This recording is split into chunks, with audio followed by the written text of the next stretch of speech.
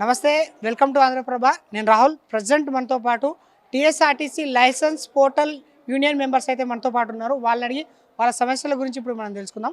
నమస్తేనే. నేను Hyderabad general secretary licence portal union.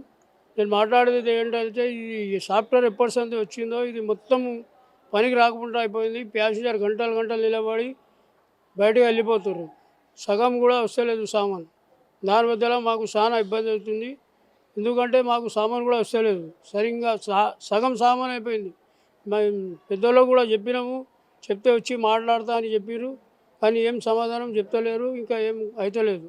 దానికోసానికి మేము అందరు మాట్లాడేది ఏంటంటే ఇది ఏదైనా మీరు చేయండి, ఎందుకంటే ఇది మొత్తం సామాన్ పనికి రాకుండా అయిపోయింది. సగం సామాన్ కూడా వస్తలేదు. దానికోసానికి మాట్లాడేది. మొత్తం ఎంతమంది ఉంటారన్న ఇక్కడ? మొత్తం ఈ టీఎస్ఆర్టీకి సంబంధించి ఈ కార్మికులు మేము 300 మంది ఉన్నాం. 300 మంది ఉన్నాము. 300 మందికి మాకు ఏమీ పట్టుబడి పడతలేదు. మాకు ఏం సౌకర్యం లేదు. ఇక్కడ దవాఖానా ఏది సౌకర్యం లేదు. ఏమైనా సామాన్ పడితే ఏమైనా అయితే మాకు కూడా ఏం పనికి రాకుండా ఉన్నాం. అదే దానికోసానికి సార్లకు చెప్పినాం, పోయి హెడ్ ఆఫీస్కి కూడా పోయి చెప్పినాం. ఇట్లా సాఫ్ట్వేర్తో గంటలు గంటలు ప్యాసింజర్ నిలబడుతున్నారు, వెళ్ళిపోతున్నారు. సగం సామాన్ కూడా వెళ్ళిపోతున్నారు.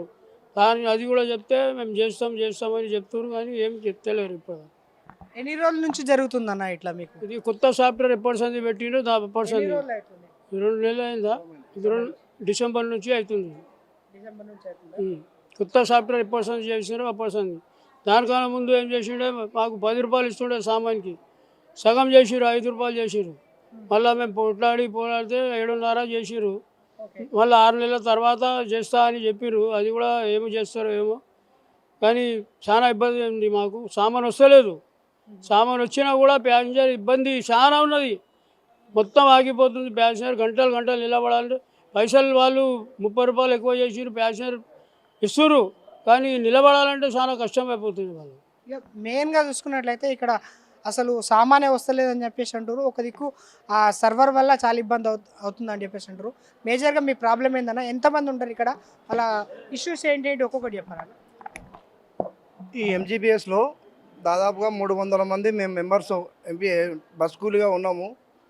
మాకు సరైన వసతి లేదు, రూము లేదు. 300 మందికి చిన్న రూమ్ ఉంది. హాస్పిటల్ సౌకర్యం లేదు. మాకు ప్రభుత్వం నుంచి వెళ్ళి యూనిఫామ్ లేదు. ఎలాంటి ప్రభుత్వం నుంచి వెళ్ళి ఎలాంటివి సౌకర్యాలు కూడా మాకు లేవు. ఆ సౌకర్యాలు ప్రభుత్వం నుంచి రావాలని మొన్ననే యూనియన్ ఏఐటీసీ యూనియన్గా మేము ఉన్నాం. మాకు ప్రెసిడెంట్గా అజీష్ బాషా ఉన్నాడు. మొన్ననే మెమోరాండం కూడా సీఎం కూడా మేము పెట్టినాము. పొన్నం ప్రభాకర్ కూడా లెటర్ ఇచ్చినాము. ఇక ఇప్పుడున్న ఈ సాఫ్ట్వేర్ ఇబ్బందులలో చాలా మాకు రోజు 300 నుంచి 200 పడుతున్నాయి. ఆ సాఫ్ట్వేర్ పాత సాఫ్ట్వేర్ కొనసాగిస్తే మా జీవితాలు కొన్ని బాగుపడతాయని మేము కోరుకుంటున్నాం. ఓకే అన్న, ఇప్పుడు మీది కాంట్రాక్ట్ బేస్ కిందకి వస్తుందా ఈ జాబు, లేకపోతే టెంపరరీ జాబా ఇది? లేదు, మేము ఆర్టీసీ బస్సు పుట్టినప్పటి నుంచి ఉన్న కూలీలము. బస్సుకు సంబంధించినమే. మాకు ఆర్టీసీ సంస్థ మాకు ఐడెంటిటీ కార్డు ఇస్తుంది. ఐడెంటిటీ కార్డు మాకు బస్ స్టాండ్లో చేసుకోనికి, బస్సులో రానికి పోనీకి కూడా సౌకర్యం ఉన్నదండి. అంటే ఇప్పుడు మీకు మొత్తానికి పర్మనెంట్ చేస్తా అని చెప్పేసి గవర్నమెంట్ అంటుందా? గత ప్రభుత్వం ఎట్లుంది, ఇప్పుడు ప్రభుత్వం ఏమని చెప్పేసి? గత ప్రభుత్వం వల్ల మాకేమో అందుబాటులో లేదు. ఈ ప్రభుత్వం మాకు మొన్న కూడా మేము ఏఐటీసీ జనరల్ బాడీ మీటింగ్ పెట్టి అజీష్ బాషా ఆధ్వర్యంలో పెట్టినాము. అజీష్ బాషా ఆధ్వర్యంలో పెట్టి మాకు 4వ తరగతి ప్రభుత్వ ఉద్యోగం ప్రభుత్వ ఉద్యోగులుగా గుర్తించాలని కూడా మొన్న మెమోరాండం కూడా మేము ఇచ్చినాము. ఇది ప్రభుత్వం ఆలోచించి మమ్మల్ని గుర్తించాలని మేము కోరుతున్నాం. కొత్త సాఫ్ట్వేర్ వచ్చిన కాంచెల్లి మాకు కూలీ కూడా పడతలేదు సార్. మేము చాలా జనగాం నుంచి వస్తున్నాం. ఇంత దూరం వచ్చి కూడా మాకు 200, 300 అంటే ఇబ్బంది ఉంది సార్. మాకు ఏదైనా గవర్నమెంట్ నుంచి పాత సాఫ్ట్వేరే కొనసాగాలని మేము కోరుకుంటున్నాం సార్. అంటే సాఫ్ట్వేర్ వల్ల ఇబ్బంది అవుతుందని చెప్పేసి అంటారు. మీరు చాలామంది కార్మికులు ఉన్నారు కదా ఇక్కడికి, దాదాపు 300 మంది ఉన్నారని చెప్పేసి అంటారు. ఈ సాఫ్ట్వేర్ వల్ల మీకు వచ్చే పోర్టర్ అనేది ఇక్కడికి సరిగ్గా అందట్లేదు. అందినా అది ఈ సర్వర్ వల్ల వాళ్ళెవరు ఇక్కడికి వచ్చి మీకు పార్సల్స్ స్పందన ఇవ్వట్లేదు, పార్సల్స్ ఎవరు ఇక్కడికి రావడం లేదని చెప్పేసి అంటారు. దీనికి సంబంధించి ఏమైనా డిమాండ్స్ ఉంటే చెప్పండి మీరు ఎవరైనా. ఇప్పటికీ మన business head Santosh Kumar sir దగ్గరికి 2 సార్లు పోవడం జరిగింది, కార్గో గురించి పోవడం జరిగింది. ఈ సాఫ్ట్వేరు పాత సాఫ్ట్వేరే కొనసాగించాలి సార్. ఈ కొత్త సాఫ్ట్వేర్గా వచ్చిన ప్యాసింజర్స్ కూడా నిలబడతలేరు. ఆ కొత్త సాఫ్ట్వేర్ వల్ల ఈ ఉన్న ఎంజీబీఎస్లో కాకుండా, హైదరాబాద్లో కాకుండా, తెలంగాణ జిల్లాలో ఉన్నటువంటి ప్రతి ఒక్క పోర్టర్స్ కూడా ఏం తినలేని పరిస్థితి. ఏజెంట్లు కూడా కొంతమంది మూసుకోవడం జరిగింది. దయచేసి ఈ యొక్క సాఫ్ట్వేర్ని ప్రభుత్వమైనా ఆర్టీసీ అధికారులైనా దయచేసి ఆలోచించి ఈ సాఫ్ట్వేర్ని బంద్ చేసి పాత సాఫ్ట్వేర్ కొనసాగించి ఈ యొక్క కూలీల జీవనోపాధికి సహకరించవలసిందిగా కోరుచున్నాం. ఇంతకుముందుకు 10 రూపాయలు ఇచ్చేదాన్ని ఒక పార్సల్కు, ఇప్పుడు 5 రూపాయలు చేసి దాన్ని మేము కొట్లాడితే 7.5 చేసారు. ఇప్పుడు మాకు గిట్టుబాటు అవుతలేదు. పిల్లల చదువులకు స్కూల్ ఫీజులు కట్టలేకపోతున్నాం సార్. మేము చాలా దూరం నుంచి వస్తున్నాం. ఒక్క డిపో కాదు, దాదాపుగా 200 డిపోలు ఉన్నాయి తెలంగాణ మొత్తానికి. ఒక 4,000 మంది చేస్తున్నాము. వాళ్ళకు కూడా చెప్పుకోలేని బాధ. ఇది ఏంటంటే కొత్త సాఫ్ట్వేర్ వచ్చిన కాంచి మేము బాధపడుతున్నాం. పాత సాఫ్ట్వేర్ ఉండాలి. 10 రూపాయలని ఇంకా 15 రూపాయలు చేసినా సంతోషమే. మేము ఆర్టీసీని నమ్ముకొని వచ్చినాం అంత దూరం నుంచి వెళ్ళి. మాకు కూడా జర దయ చూడండి సార్. ఇంతకుముందుకు మీకు ఎంత వస్తుండేనా పర్ డే, ఇప్పుడు ఎంత వస్తుంది? ఇంతకుముందుకు 500, 550 అట్లా వచ్చేది సార్. ఇప్పుడైతే 300, 250, 270 అట్లా వస్తుంది సార్. ఇబ్బంది అవుతుంది.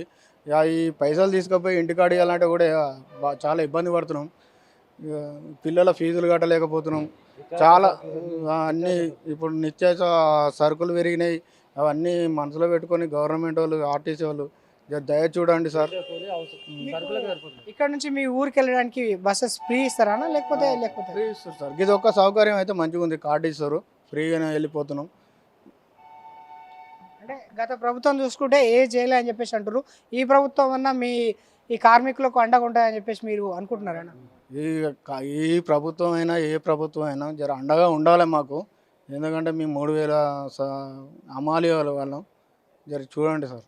మీరు మినిమం రోజుకి ఎన్ని గంటలు ఉంటారన్నా? ఎన్ని గంటలు పనిచేస్తారు ఇక్కడ? ఇప్పుడు 24 అవర్స్ సార్. 12:30 మార్నింగ్ 12:30 నుంచి రేపు 12 అట్లా వెళ్ళిపోతాం సార్. ఓకే, అంటే 24 అవర్స్ మొత్తం ఇక్కడ చేసేసి దాని నెక్స్ట్ డే వేరే షిఫ్ట్ ఇంకో వేరే వాళ్ళు వస్తారు అన్నట్టు. అంటే 24 అవర్స్ డ్యూటీ ఉంటుంది అని చెప్పేసి అంటారు. అంటే ఇక్కడ సౌకర్యాలు ఎట్లున్నాయన్న మీ దగ్గర చూసుకున్నట్లయితే? రూమ్ చిన్నగా ఉంది సార్. బయట వండుకుంటాం. ఇక ఫుడ్ ఇంటికాంచెలే తెచ్చుకుంటాం సార్. ఒక ఫుడ్ తెచ్చుకుంటాం. 1 డే అయితే హోటల్లో పోయి తింటాం సార్. అందుకే 100 రూపాయలు ఎక్స్ట్రా ఈయనే ఖర్చు అయిపోతుంది. ఇక మాకు వచ్చే 200, 300కు ఈయన 100 రూపాయలు ఖర్చు అయిపోతుంది. ప్లాట్ఫారం మీద పండుకోవాలి, రూమ్ లేక మాకు రూమ్ ఇబ్బందుల వల్ల బయట ప్లాట్ఫారం మీద పండుకోవాల్సి వస్తున్నాయి. ఈ దోమలకు చాలా ఇబ్బందితో ఉంది. మాకు కూడా రూమ్ సౌకర్యం కల్పించాలని గవర్నమెంట్ మరీ కోరుతున్నాం. ఇప్పుడు నైట్ టైము పార్సల్స్ వస్తుంటాయి అన్న, మీకు ఏ టైం వరకు వస్తాయి? రెగ్యులర్ 24 అవర్స్ వస్తాయండి. నైట్ ఒక 8 మందిని పెడతామండి. లోడింగ్కు నైట్ కూడా 24 అవర్స్ చేస్తాం మేము. మాకు చాలా ఇబ్బంది ఉంది ఇది చేయాలంటే. కూడా వచ్చే 200 తీసుకొని ఇంటికి పోతే నిత్యావసర సరుకులు సరిపోతలేవు. సరుకుల రేటు పెరిగిపోయింది. పెట్రోల్ బండి తీసుకొని రావాలంటే పెట్రోల్ కావాలి. బస్ మాకు ఆర్టీసీ కలిగించి ఒక కార్డు తప్ప వేరే ఏం లేదు. ఆర్టీసీ మరీ కోరుతున్నాం. మమ్మల్ని ఏమైనా దయ చూసి కూలీలని జర గమనించగలని చెప్తున్నాం సార్. అంటే మీ డిమాండ్స్ ఏంటన్నా? మమ్మల్ని కూడా రైల్వే పోర్టర్స్ లెక్క ఆర్టీసీలో విలీనం చేసుకొని ఆరోగ్యం నాకు ఇంజూరీ అయితే చేసి మాకు యూనిఫామ్ అన్నీ ఒక ఆర్టీసీ ఉద్యోగులు లెక్క గుర్తిస్తే బాగుంటుందని గవర్నమెంట్ కోరుతున్నాం.